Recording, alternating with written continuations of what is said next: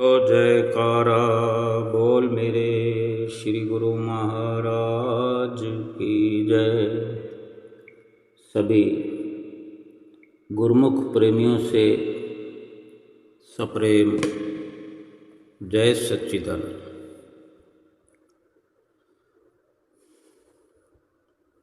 अपने सतगुरु को, परमात्मा को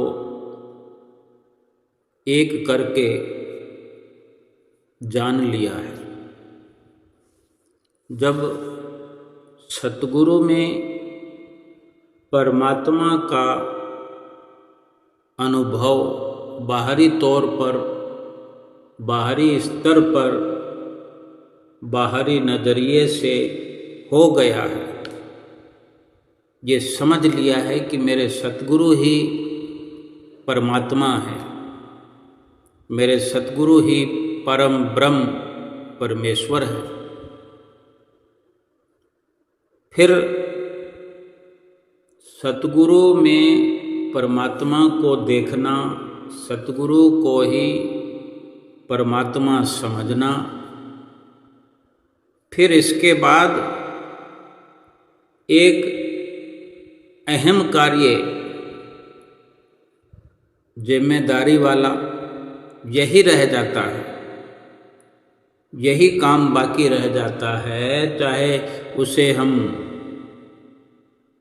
कुछ दिनों में करें, कुछ महीनों में करें, कुछ सालों में करें, या कुछ जन्मों में करें, या सदियों लगा दें। सबसे पहले कि मेरे सतगुरु ही स्वयं परमात्मा है, और इसके बाद अपने सतगुरु को, अपने उन्हीं परमात्मा को अपने आप में देखो। अपने आप में देखना है, स्वयं में देखना है। जो अपने सतगुरु को अपने से अलग देखता है, अपने से अलग मानता है, अपने से अलग करके जानता है, फिर चाहे जो कुछ भी देखता है वो सब मिथ्या ही देखता है।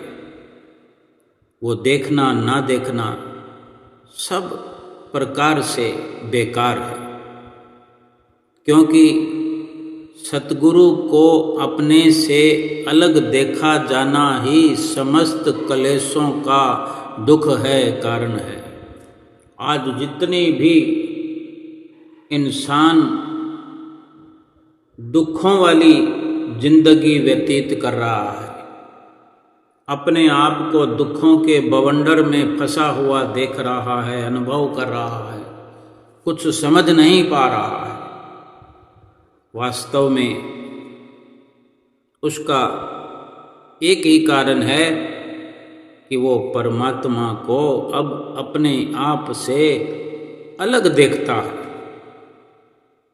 चाहे ईश्वर कहें, परमात्मा कहें, प्रभु कहें, राम कहें, कृष्ण कहें, ये अलग बात है कि उन सब को सतगुरु में ही देखना पड़ेगा, अनुभव करना पड़ेगा। माध्यम तो सतगुरु ही है, गुरुदेव ही है,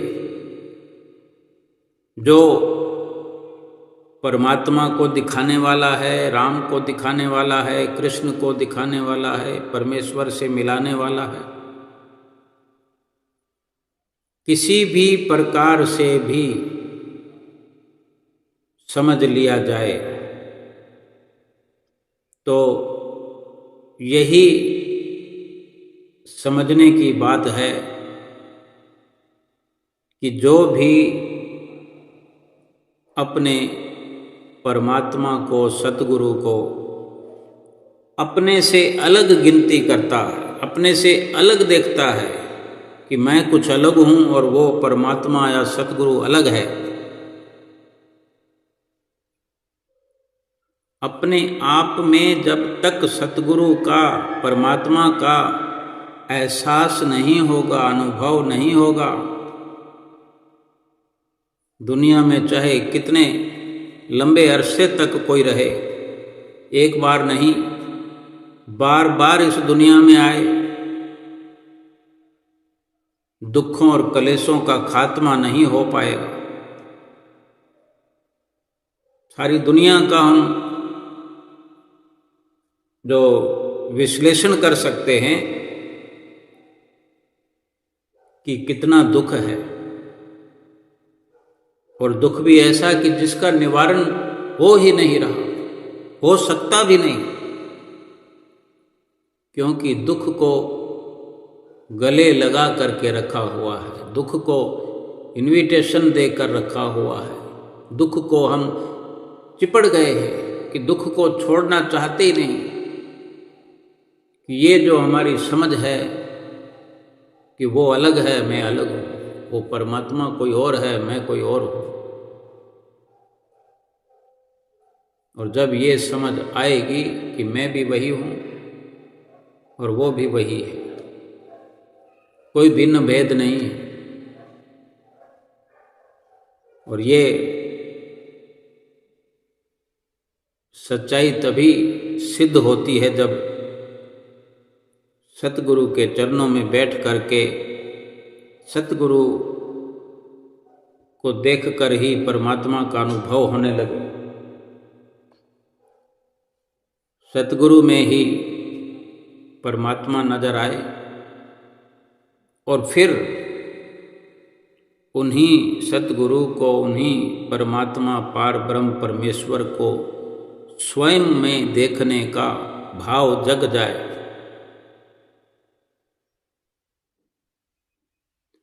यदि गुरु का, सतगुरु का, परमात्मा का होना सबसे बड़ा सत्य है,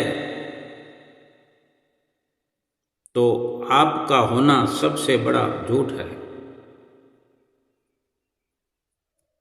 अगर हम ये सत्य जानते हैं कि परमात्मा है, सतगुरु है, ये सत्य है, तो फिर हम नहीं हैं। क्योंकि जब मैं और वो एक हैं तो फिर एक का ही नाम रहना है, तो फिर परमात्मा ही सत्य है, यही बड़ा सत्य है। और जब परमात्मा सत्य है तो फिर मैं तो फिर झूठ हो गया। यानी मैं नहीं रहूँगा तभी परमात्मा का सत्य सिद्ध हो पाएगा। और यदि हमारा होना सत्य है, मेरा होना सत्य है, तो फिर परमात्मा का, सतगुरु का होना झूठ सिद्ध हो जाएगा। सीधे सीधे समझने का भाव है कि हम कैसा अनुभव करते हैं। अगर अपने अस्तित्व को शरीर जान करके सिद्ध करना चाहते हैं कि मैं कुछ हूँ, तो परमात्मा नहीं रहेगा, परमात्मा का अस्तित्व हमें नजर नहीं आएगा, समझ में नहीं आएगा, वो झूठा हम सिद्ध कर देंगे। वर्णन भी आता है, जब मैं था तो गुरु नहीं, जब मैं था तब गुरु नहीं, अब गुरु हैं तो मैं नहीं। प्रेम गली अति सांकरी, जामे दो न समाही। ये प्रभु के प्रेम का जो रास्ता है, जो ये गली है, प्रेम वाली गली विच कोई कोई लंघदा। पहले तो कोई विरले विरले इस प्रेम वाली गली में आते, और जब आते हैं तो प्रेम ही प्रेम झलकता है। ये प्रेम की गली जो है, ये जो रास्ता है, बहुत संकरा है। इतना संकरा है कि इसमें दो तो चल भी नहीं सकते। या तो मैं रहेगी या फिर तू रहेगा, यानी या मनुष्य रहे या परमात्मा रहे। अपने आप को अगर आत्मा जान लिया है फिर तो कोई बात ही नहीं है। जब आत्मा में स्थित हो गए हैं तो फिर ये मैं का चक्कर तो समाप्त हो गया। समझो, समझना तो यही है कि शरीर नहीं बल्कि आत्मा। जब तक हम अपने को शरीर मानते हैं, मानते रहेंगे, तब तक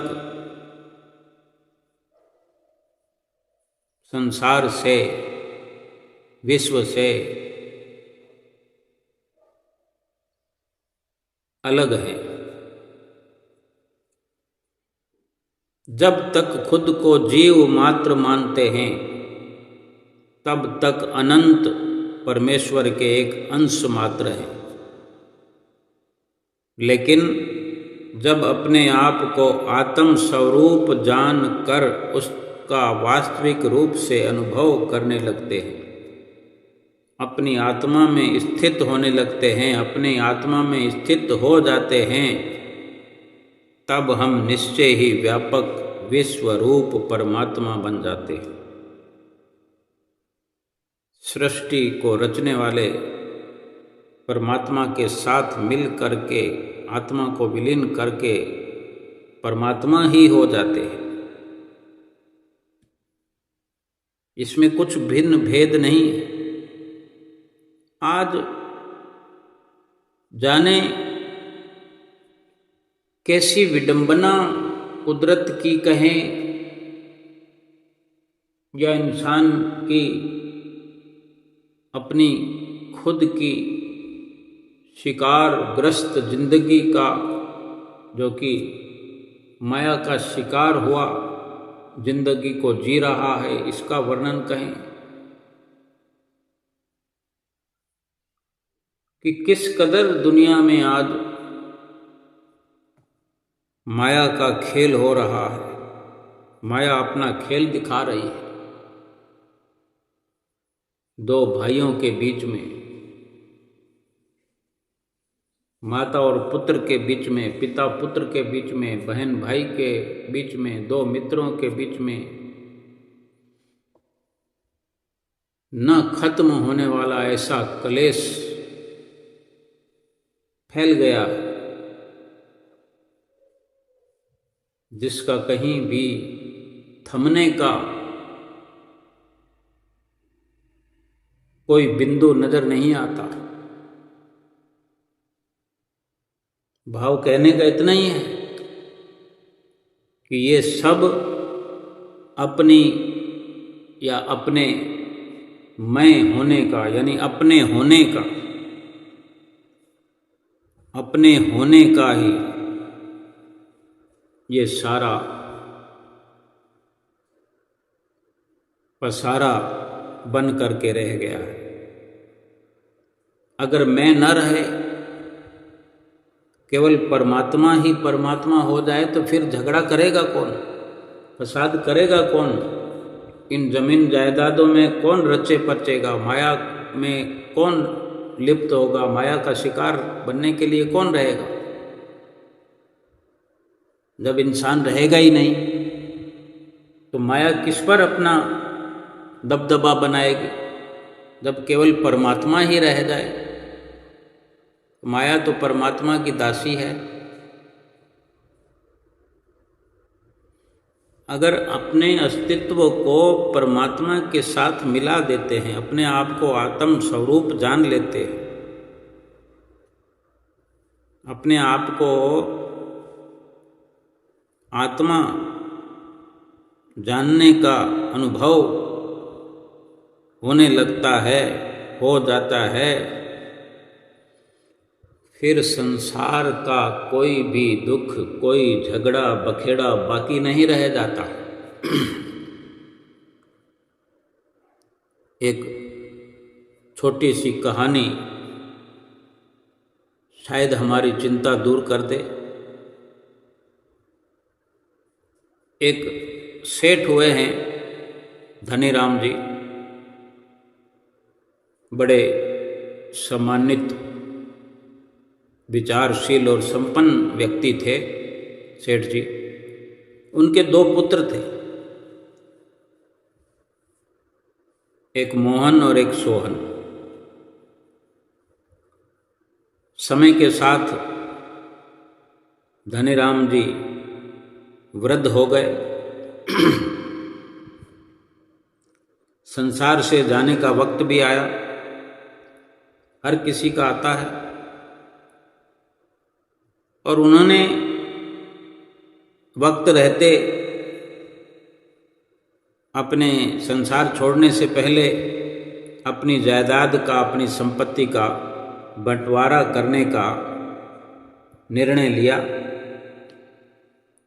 कि भाई हम तो रहेंगे नहीं, जो जायदाद है उसको बांट दिया जाए। 2 बच्चे हैं, दोनों को आधा आधा दे करके कि कहीं बाद में इनको परेशानी ना हो बंटवारा करने में, क्योंकि यही सब संसार में खेल चल रहा है।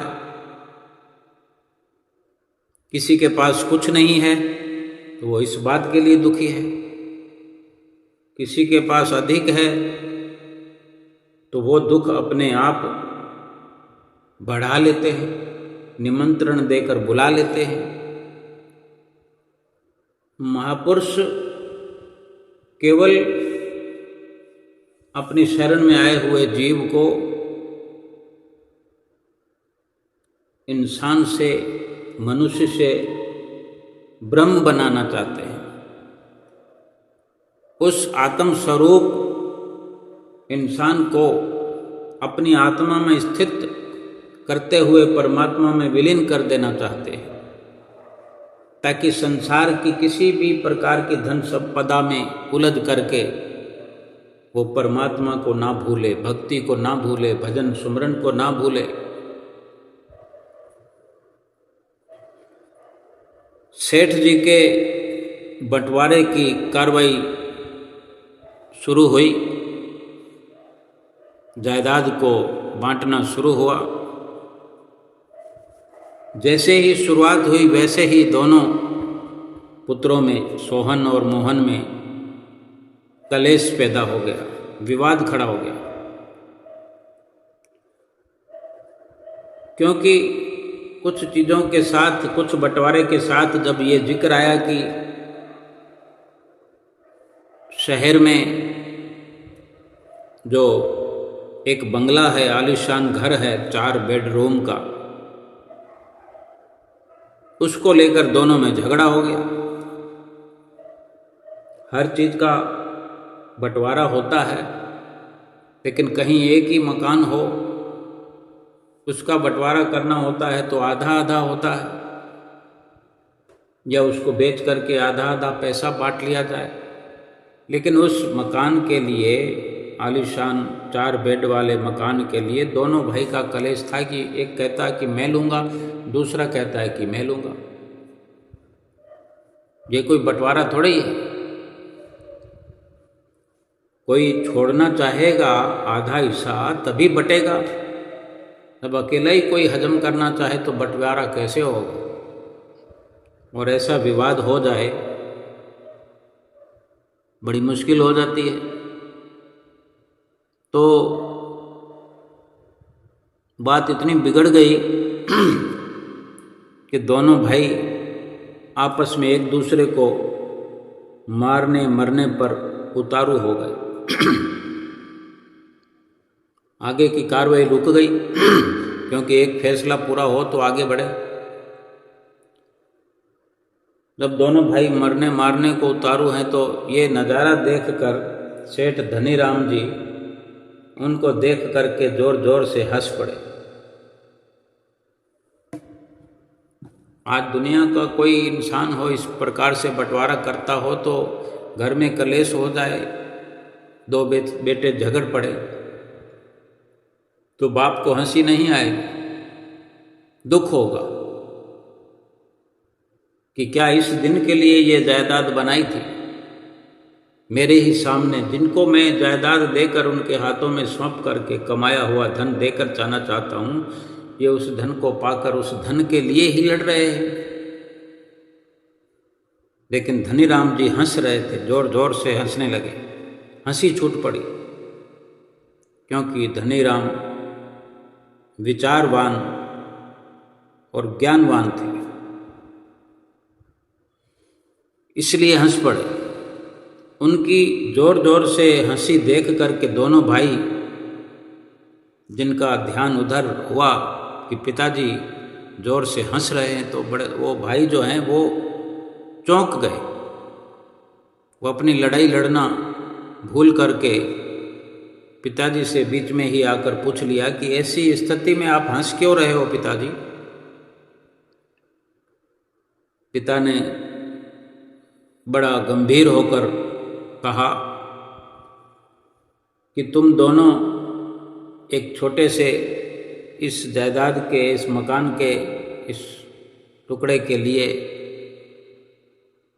इतना लड़ाई कर रहे हो कि अपने आप को मरने मारने पर उतारू हो गए हो। अगर इस कदर दोनों लड़ोगे तो एक तो खत्म हो जाएगा, फिर मकान तो एक को ही मिलेगा। क्या अपने आप को मिटाकर भी उस मकान को ना ले पाओ? ऐसी लड़ाई का भी क्या फायदा? चलो मैं तुम्हें एक अनमोल खजाना दिखाता हूं, लेकिन एक शर्त है, अगर तुम फिर से आपस में झगड़ा ना करो।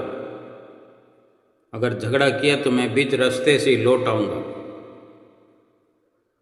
मोहन और सोहन को खजाने की बात सुनकर के और लालच बढ़ गया और सोचा कि खजाना मिल रहा है, लड़ने की क्या ज़रूरत है। पिता की बात मानकर दोनों ने आपसी प्रेम और समझदारी से साथ चलने का निर्णय कर लिया और चल पड़े।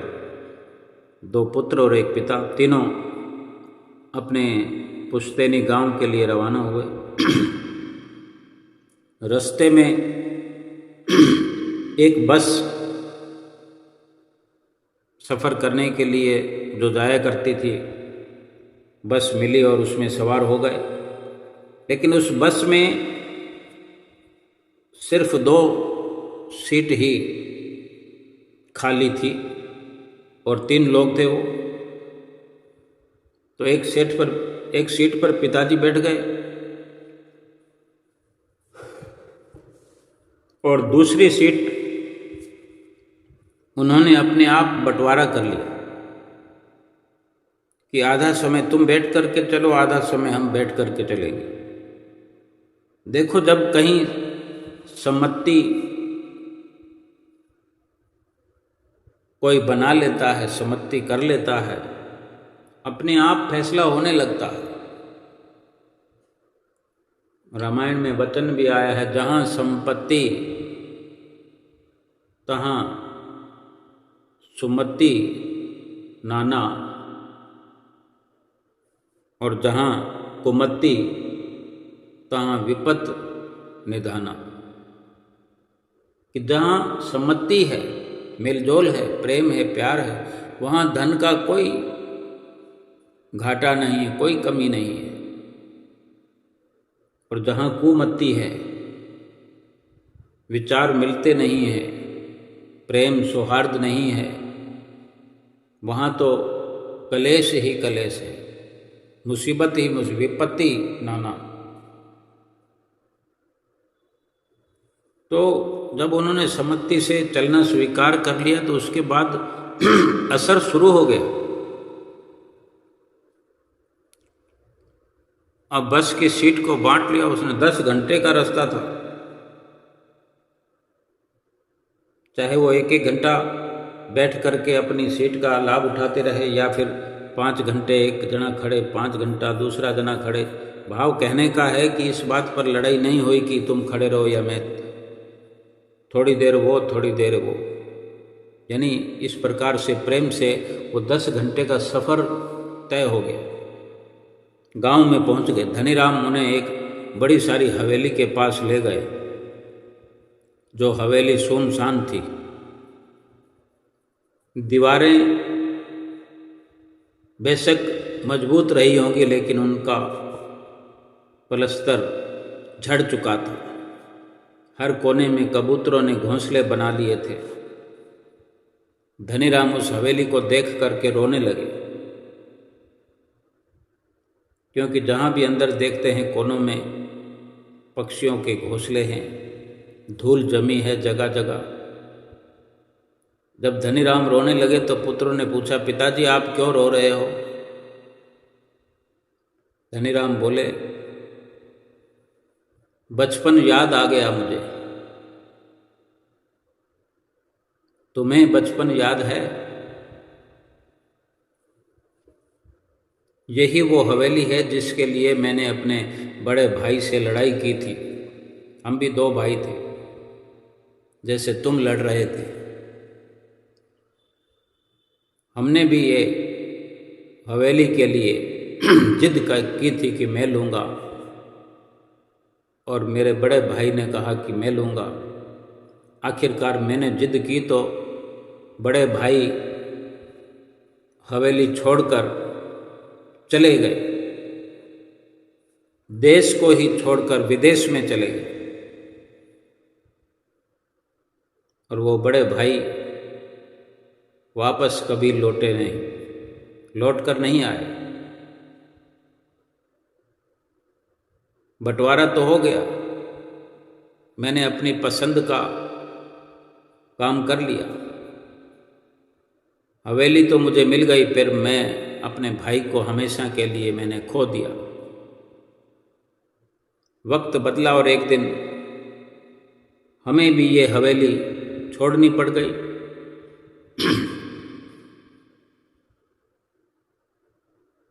भाई भी चला गया और हवेली भी चली गई। फिर उन्होंने अपने बेटों से पूछा कि अच्छा ये बताओ, जिस बस में जिस सीट पर हम बैठ कर के आए हैं, आप लोग बैठ कर के आए हो, हम जिन सीटों पर बस वाली सीट में सवार होकर के आए हैं, क्या वो सीट हमेशा के लिए हमारी हो गई? दोनों पुत्रों ने जवाब दिया कि नहीं पिताजी, बस की यात्रा तो चलती रहती है। अब हम वहाँ पर नहीं बैठे तो कल कोई और बैठेगा, हमसे पहले कोई और बैठता हुआ आया होगा। कोई उतर जाता है, कोई चढ़ जाता है। फिर धनीराम मुस्कुराए और बोले, मैं तुमको यही समझाना चाहता हूँ कि ये घर, जमीन, जायदाद, दौलत, ये सब थोड़ी देर के लिए हमारे पास हैं। जो कुछ भी आज हमारे पास है, कल किसी और के पास था। आज हमारे पास है, कल कोई और आकर बस जाएगा। जैसे बस की सीट पर सवारियां बदलती रहती हैं, वैसे ही जीवन की ये दौलत भी आगे से आगे किसी के पास भी जाती रहती है। थोड़ी देर के लिए ही, थोड़ी सी देर के लिए अपने अनमोल रिश्तों की आहुति नहीं देना चाहिए। इस हवेली को देख लो जिसके लिए मैंने अपनों से नाता तोड़ दिया। एक भाई से रिश्ता तोड़ना, फिर उनके पूरे भरे परिवार से रिश्ता टूट गया। आज यहाँ कबूतरों का डेरा है, और अब तुम मेरी आंखों के सामने लड़ाई करो, चाहो तो तालमेल बिठाकर चलो, लेकिन प्रेम और सुख जीवन में तभी बचकर रहेगा जब तालमेल बिठाकर चलोगे। इतना सुनकर दोनों पुत्र पिता के पैरों में गिर पड़े और रोने लगे।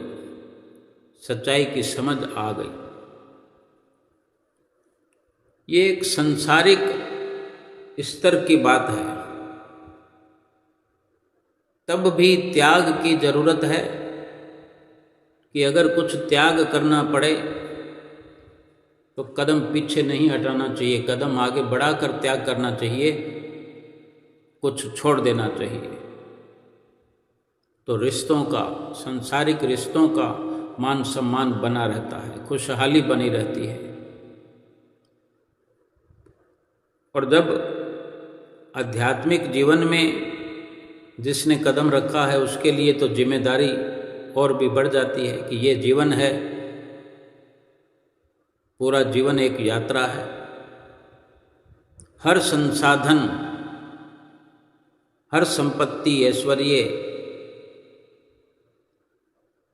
और ये संसार जो है थोड़ी देर का विश्राम स्थल है।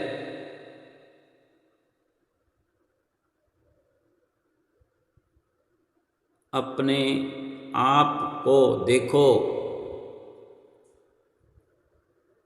जो अपना शरीर है, अपने आप को शरीर करके जानना, समझना और आत्मा का ख्याल न करना, यही सबसे बड़ी भूल है, मूर्खता है।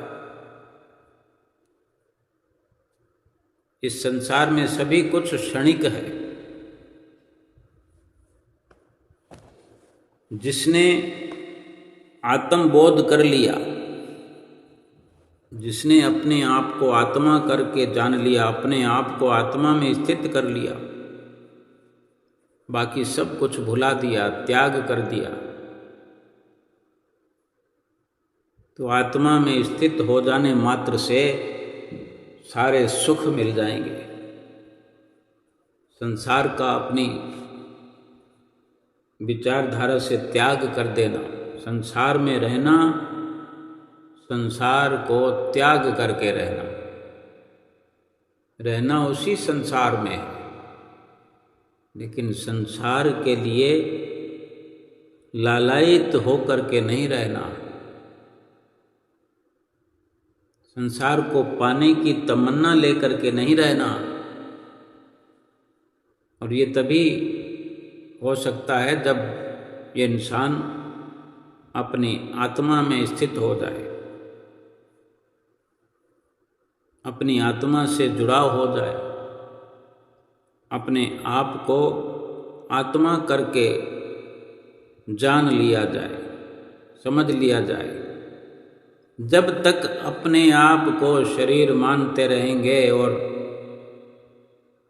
संसार के ये क्षणभंगुर पदार्थों में अपनी सुरती फंसाए रहेंगे, तब तक ये सिद्ध भी नहीं हो पाएगा कि संसार में कहीं परमात्मा भी है।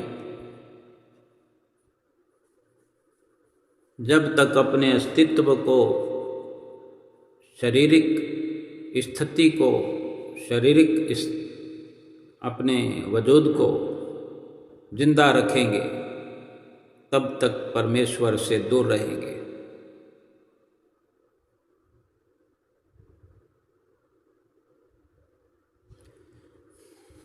महापुरुष फरमाते हैं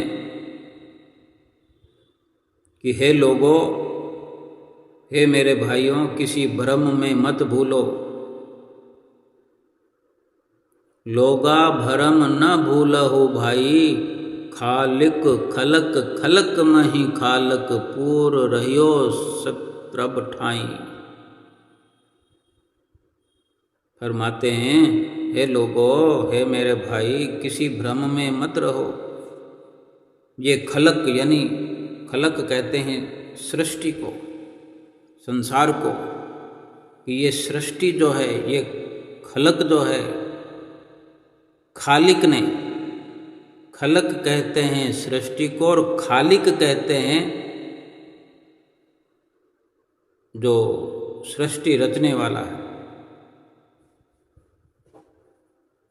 ये खलक खालिक ने रची है, ये सृष्टि रचनहार ने रची है, और खालिक अपनी खलकत, खलकत यानी रचना, खलक यानी संसार, खालिक यानी रचनहार, और खलकत, खलकत यानी रचना। ये जो जितने भी जीवों की रचना हुई है और जो कुछ भी रचा गया है, सृष्टि के हर स्थान पर परमात्मा मौजूद है। माटी एक अनेक भांत कर साजी साजन हारे, ना कछु पोच माटी के भांडे, ना कछु पोच कुम्हारे। सब मई मचा एको सोई, तिसका किया सब कुछ होई। हुक्म पछाणे सो एको जाने, बंदा कहिए सोए। उस बनाने वाले ने एक ही मिट्टी से अनेक प्रकार के जीवों की सर्जना की है। ना ही मिट्टी के बर्तन,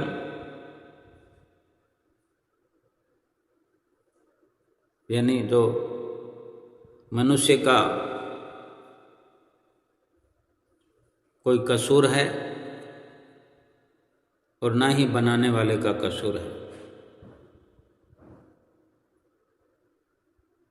जिसने हमें बनाया है, ना तो उसका कसूर है, ना ही हमारा कसूर है।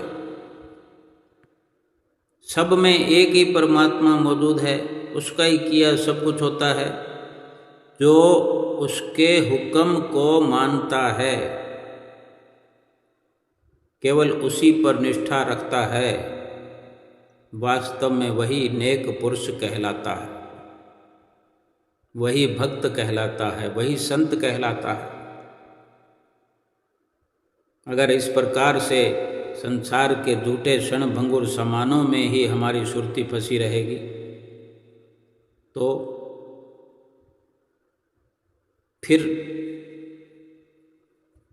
फिर क्या हश्र होगा हमारा। अल्लाहु अलख न जाए लखिया, गुरु गुड़ दीना मीठा। कबीर कहे मेरी शंका नासी, सर्ब निरंजन डीठा। फरमाते हैं कि अल्लाह वो परमात्मा अदृष्ट है, वो दिखाई नहीं देता। सतगुरु ने गुरु ने मुझे उस गुड़ की मिठास प्रदान की है। कबीर साहब जी कहते हैं मेरी सारी शंका समाप्त हो गई है, मुझे तो सब में ईश्वर ही दिखाई देता है। ये सब सतगुरु की ही करामात है, सतगुरु का ही करिश्मा है, जो कि वास्तव में वो पार ब्रह्म परमेश्वर है। परमात्मा दिखते नहीं, लेकिन जिसने सतगुरु को परमात्मा जान लिया, फिर सतगुरु परमात्मा में स्थित कर देते हैं हमें आत्मा में स्थित करके परमात्मा से मिला देते हैं। ये सारी सतगुरु की ही करामात है। वेद कतेब कहो मत झूठे, झूठा जो न विचारे। जब सब मही एक खुदाई, कहत हो तो क्यों मुर्गी मारे। वेदों और कुरान को झूठा मत कहो, दरअसल झूठा वही है जो इनका चिंतन करता नहीं है, प्रभु को याद करता नहीं है, सुमरन करता नहीं है, वो झूठा है। लेकिन वेदों में, शास्त्रों में जो वर्णन है वो सत्य है।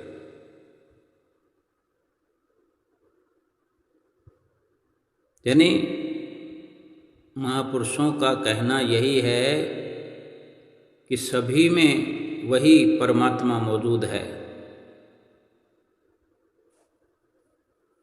और फिर ये भी कहना है कि सब में अगर वही परमात्मा मौजूद है, जैसे इंसानों में है, जानवरों में है,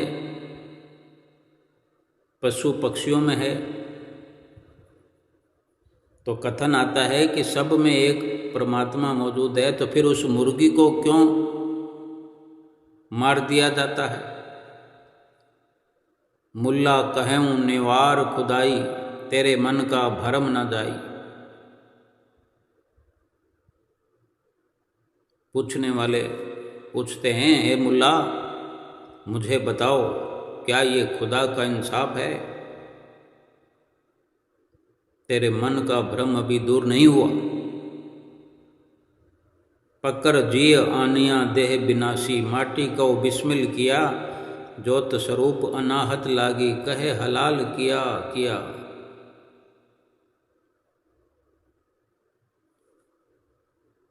कि जीव को पकड़ लाया, यानी मुर्गी को पकड़ कर लाया, शरीर को नाश कर दिया, उसकी मिट्टी को खत्म कर दिया। जीव की ज्योति ईश्वर में ही मिल जाती है। फिर हलाल किया तो फिर क्या किया? मिट्टी को मिट्टी में मिला दिया।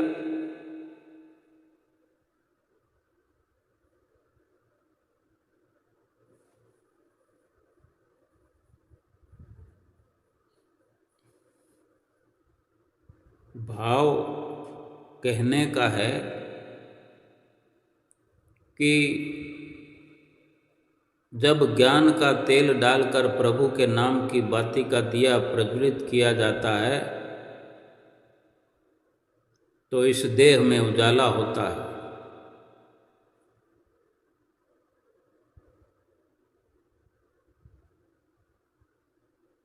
तत् तेल नाम किया बाती दीपक देह उजियारा, ज्योत लाए जगदीश जगाया बूझे बूझनहारा। हम आरती में भी गाते हैं, तत् सने प्रेम की बाती योग अगन जिनके,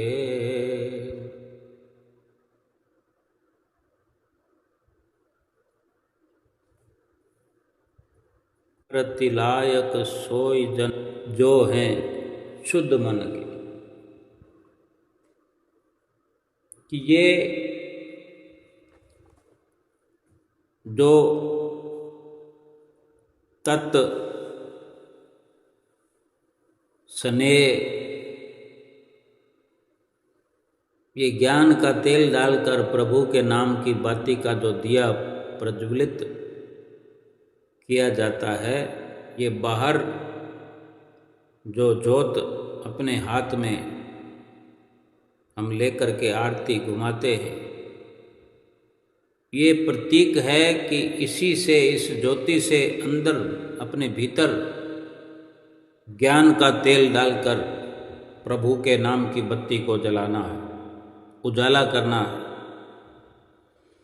इसी से प्रभु नाम की ज्योत जगमगाती है, जिसे कोई समझदार ही समझता है। ज्योत लाए जगदीश जगाया बूझे बूझनहारा, पंचे शब्द अनाहद बाजे संगे सारंग पानी, कबीर दास तेरी आरती कीनी निरंकार निर्वाणी। प्रभु के साक्षात्कार से पांचों शब्द और अनाहत ध्वनि गूंज उठी है। कबीर साहब जी कहते हैं कि हे निरंकार, यही तेरी आरती है।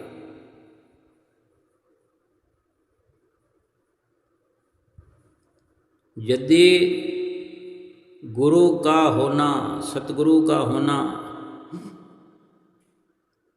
सत्य हमने सिद्ध कर लिया है कि सतगुरु ही हैं, फिर अपने होने का ढोल नगाड़ा न बजाएं, अपने को सिद्ध करने की कोशिश न करें। हमारा होना झूठ है, मिथ्या है। लेकिन अगर हम अपने आप का होना सत्य समझते रहेंगे, फिर परमात्मा का होना झूठ सिद्ध हो जाएगा। भाव तो इतना ही है कि अपने आप को शरीर ना मान करके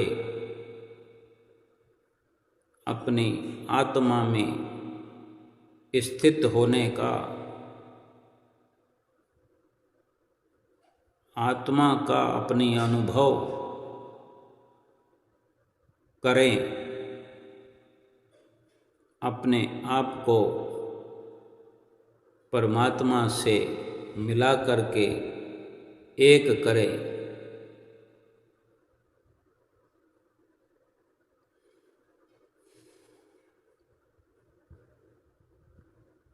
मन से पवित्र हो। महापुरुष फरमाते हैं कि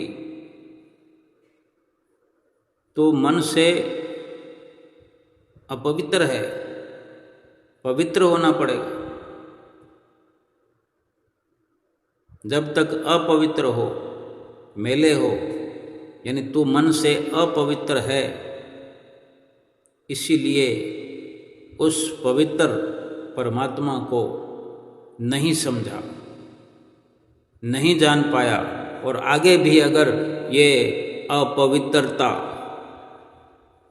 बरकरार रहेगी तो उस मालिक को जानने में, समझने में संशय बना रहेगा। उस मालिक को कभी नहीं जान पाएंगे, ना उसके रहस्य को जान पाएंगे। और तभी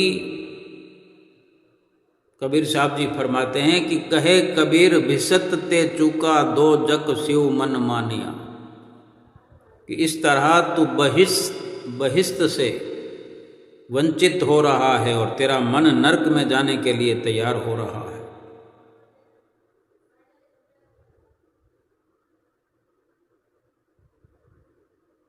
गुरमुख प्रेमियों, जितनी भी रचना हम देख रहे हैं, हमारे सतगुरु का जो हम पर असीम स्नेह है, हमारा उद्धार करने के लिए आए हैं। हम रोज गाते हैं, आरती पूजा में रोज गायन करते हैं, परमारथ हित अवतार जगत में गुरु जी ने है लीना, मेरे स्वामी जी ने है लीना, हम जैसे भागियन को ग्रह दर्शन दीना। कली कुटिल जीव निस्तारण को प्रभु संत रूप धर के, आत्म को दर्शावत मल धोए हैं मन के। उसका साक्षात्कार करते हैं सतगुरु। इस परोपकार के खातिर ही संसार में अवतार लेते हैं और हम जैसे भाग्यशाली जीवों को बड़ी सहजता से, सरलता से घर में आकर के दर्शन देते हैं, आत्म को दर्शाते हैं और हमारे मन की मैल को धो देते हैं, धोते धोते धो देते हैं।